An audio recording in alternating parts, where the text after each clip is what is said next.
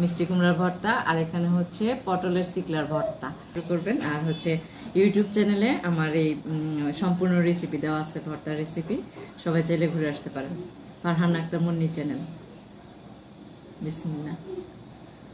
এই যে স্বাদের একটা ভর্তা, অসম্ভব স্বাদ, কি বলবো। মিষ্টি কুমড়া ভর্তা তো অনেকভাবে আমরা বানায় খাইছি, তো আজকের এই স্টাইলে বানায় খাবেন, অনেক টেস্ট, অনেক।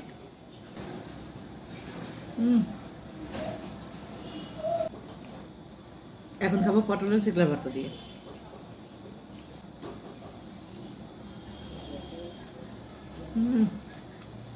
মাছ দিছি তো সাথে, যে কোনো মাছ ব্যবহার করতে পারেন আপনারা।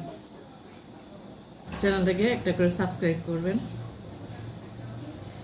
আপনারা অবশ্যই বাসায় ট্রাই করবেন, অনেক স্বাদ, অনেক ভালো। আর এরকম আরও নিত্য নতুন ভর্তার রেসিপি পাওয়ার জন্য আমার চ্যানেলটাকে সাবস্ক্রাইব করে রাখবেন।